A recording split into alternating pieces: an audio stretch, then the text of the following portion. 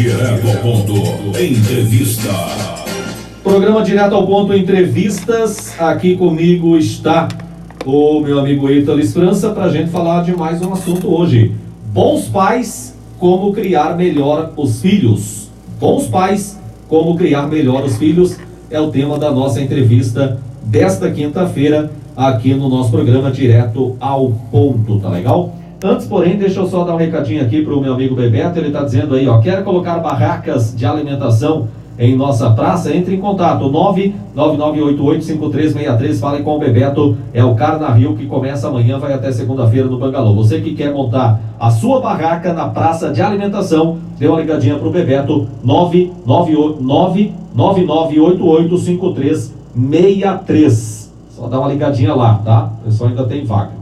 Bons pais, como criar melhor os filhos. É o tema da nossa entrevista que começa agora. E eu quero agradecer mais uma vez a tua presença aí, Ítalo. Boa tarde.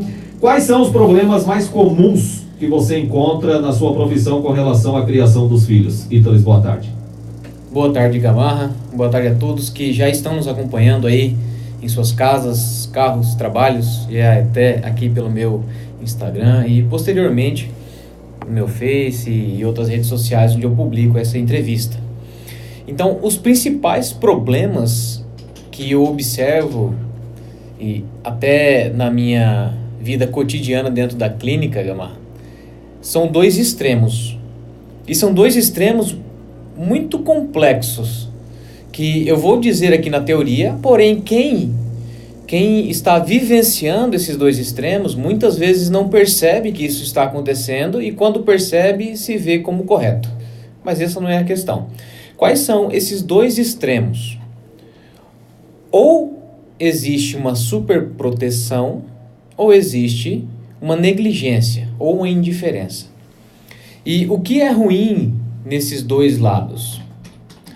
O ruim é que quando você superprotege os filhos, você os torna futuramente incapazes de lidar com as frustrações da vida, com as tristezas, com os medos, com as dificuldades naturais que vão aparecer. Então, mãe ou um pai superprotetor, o que vai acontecer? Vai acontecer que... Deixa eu virar aqui, acabei virando a câmera, rapaz, como é que vira esse negócio? Aqui, voltei. O que vai acontecer quando você superprotege os filhos? Você faz tudo por eles e até no lugar deles. Você não permite que naquela fase o que poderia estar sendo desenvolvido não se desenvolva e que vai fazer falta no futuro. E depois você vai começar a cobrar que ele não sabe fazer nada, que não faz nada sozinho, que tem muito medo e etc, etc. No fundo você vai se sentir responsável, vai se sentir muito culpado. A Ivete aqui comentando, meus filhos são muito independentes. Legal, é legal isso. Você poder perceber que o filho, chegando numa hora que ele pode viver tranquilo a vida dele, ele vai conseguir fazer isso. Existe o outro oposto da superproteção, que é a negligência, que é o momento onde o pai ou a mãe pensa o seguinte, não, ele tem que aprender a viver, por isso eu não vou dar a mamadeira desse bebê, entende? Eu quero que ele aprenda como a vida é dura. É um outro extremo que ao invés de você ajudar, né, Ivete, ao filho se tornar independente, você o torna carente, você o torna uma pessoa que sofre desnecessariamente uma falta de algo que não precisaria naquele momento. Então, por eu ter apanhado na minha infância, não ter me tornado um assassino, um ladrão e etc, etc, eu faço a mesma coisa porque isso não tem problema nenhum. Então, esses dois extremos, eles são muito observados quando eu atendo alguém, seja adolescente ou seja adulto, não importa. Quando a gente vai fazer uma análise do que está por trás do problema da pessoa, em várias vezes acontece ou de uma ausência ou de uma presença incapacitante. Essa presença incapacitante, essa superproteção, ela é mais rara, eu diria, menos frequente do que a ausência.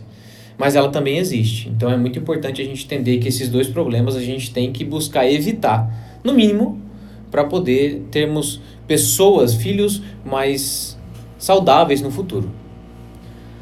Muito bem, 13 horas, 1 minuto. Existe algum tipo de forma, Ítales, que seja mais adequada de criar os filhos? Certo. De fato, não, Gamarra. Não existe uma fórmula mágica para que a gente possa criar os filhos.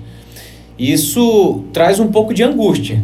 Porque se você for pensar assim, ok, você está dizendo que isso não é bom, aquilo ali não é bom, então o que é bom? Claro, eu vou citar aqui uma questão que é importante, mais para frente, né? Mais para frente eu vou citar a respeito disso, que eu observo dentro da clínica. Porém, não existe uma fórmula. Primeiro porque cada pessoa é diferente uma da outra e que mesmo que se existisse uma fórmula, a grande maioria das pessoas não usariam.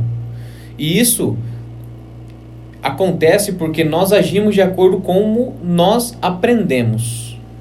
Então, da maneira que fomos ensinados a ser, e não necessariamente foi o que foi dito para nós, mas o que nós interpretamos desse ensinamento externo, é como nós vamos reproduzir no futuro, aliás, até no presente com os nossos filhos. Mesmo para quem não tem filho ainda, ou para quem já tem um filho grande, é muito importante saber disso, porque é a nossa história que influencia a história dos nossos filhos. É difícil ou praticamente impossível você ensinar algo que você nunca teve. Você sempre vai dar algo que você tem. Se você tem uma sensação de que o seu filho ele pode se machucar a qualquer momento e você pode perdê-lo, a tendência de você super proteger esse filho é muito alta. E isso tem a ver com você e não com ele. Se você acredita que ele precisa ser muito forte porque talvez você não esteja lá quando ele cresça, isso é uma coisa sua e não dele, entende? Claro que isso vai continuar fazendo parte de você, mas não existe uma forma de como criar um filho ou não. Isso vai depender de cada um. Mas, sim, existem algumas questões que são chaves aí, para que a gente minimize a chance de erro, pelo menos. 13 horas. Opa! 13 horas e 3 minutos. Qual que deve ser o foco principal, então, dos pais, já que não tem nenhuma fórmula, como você colocou? Legal. Então, é o seguinte. Sempre, Gamarra, que um problema é trazido à clínica, até para que vocês possam entender. Esse problema, ele é imediatamente visto como apenas uma casca. Um sintoma apenas. Certo?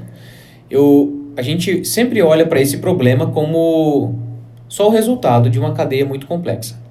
Sendo assim, nós vamos atrás dessa cadeia, do que está por trás desse problema. E, invariavelmente, são raras as vezes, muito raras as vezes, que lá no começo, ou realmente em outros momentos que reforçaram a emoção negativa, esteja a presença do pai ou da mãe. E quando eu digo presença, eles aparecem lá como sendo uma das fontes causadoras daquele sofrimento. Isso quer dizer que sempre o pai e a mãe vai errar, ok? Não tem jeito. E até é muito importante quem esteja ouvindo nesse momento não se angustiar, não se culpe. Você errou na criação dos seus filhos e vai continuar errando, porque é assim que funciona. Você vai por tentativa e erro. Sempre, com certeza, buscando fazer o melhor que você pode fazer diante daquilo que você acredita que é correto, mas você vai errar. E algum desses erros vai gerar um resultado que vai permanecer para a vida toda do seu filho, assim como aconteceu com você quando você era pequeno.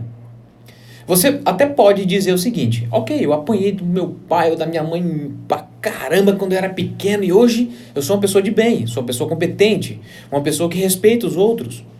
Ok, legal. Mas e o outro lado? E a mágoa? E a raiva? E a tristeza? Entende?